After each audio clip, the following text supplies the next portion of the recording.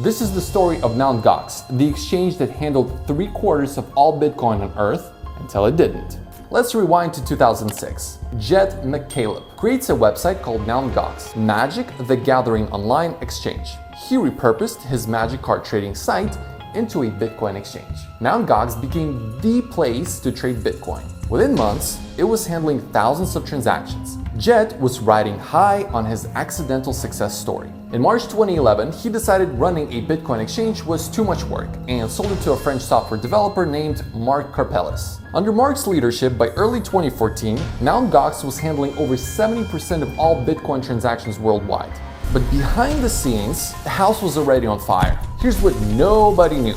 Hackers would withdraw Bitcoin, manipulate the transaction records to make it look like the withdrawal failed, then complain to Mt.Gox support that they never received their money. Mt.Gox would send the Bitcoin again. Rinse, repeat, steal hundreds of thousands of Bitcoin. And Marc?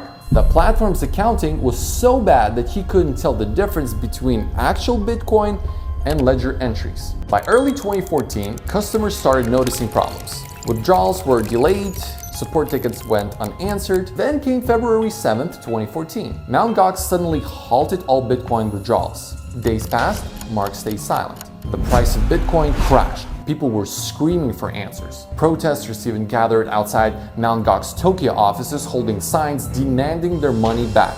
And then on February 24th, 2014, Mt.Gox website went completely dark.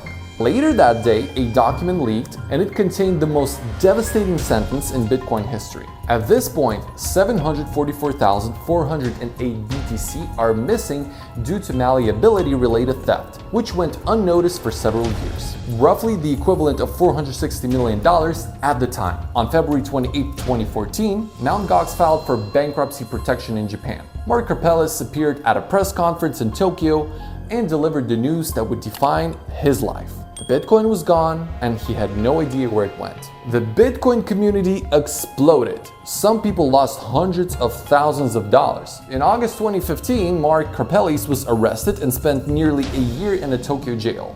The judge essentially ruled that Marc was an incompetent CEO who had no idea his exchange was being robbed blind. As of 2024, 10 years after the collapse, Mt.Gox finally began distributing some of the recovered Bitcoin to creditors. While nearly $6 billion worth of assets have been distributed earlier this year, Mt.Gox linked wallets still hold $2.7 billion of Bitcoin, and the repayment process has been extended with a deadline of October 31st, 2025.